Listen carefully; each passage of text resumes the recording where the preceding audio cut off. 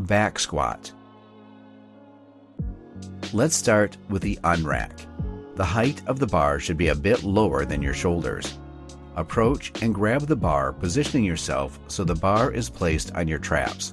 Squeeze your shoulders back and hold the bar tightly. Take a deep breath in your stomach and unrack the bar.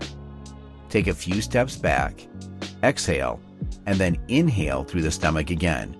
The stance width will depend on the person, with some people preferring a wider stance, while others feel more comfortable using a narrower stance. The same goes for the direction in which your feet are pointing too.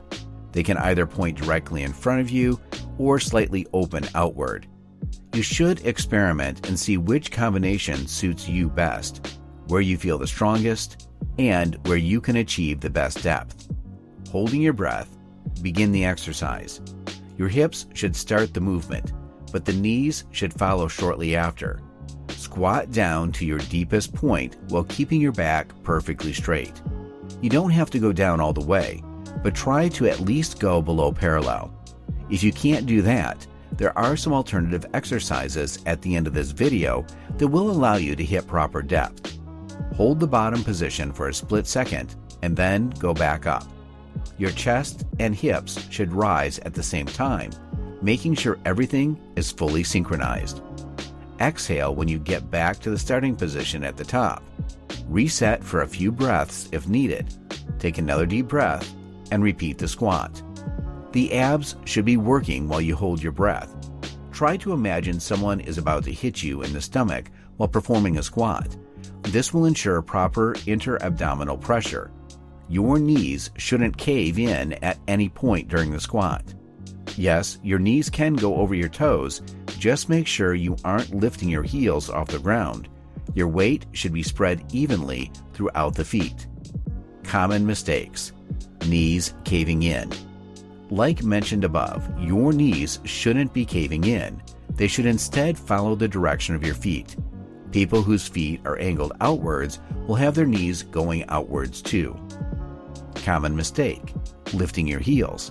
Keeping balance is key during the squat, as you can easily get injured if you get too unstable.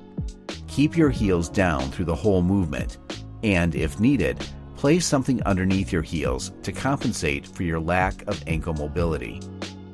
Common mistake. Driving the hips up and flexing the spine.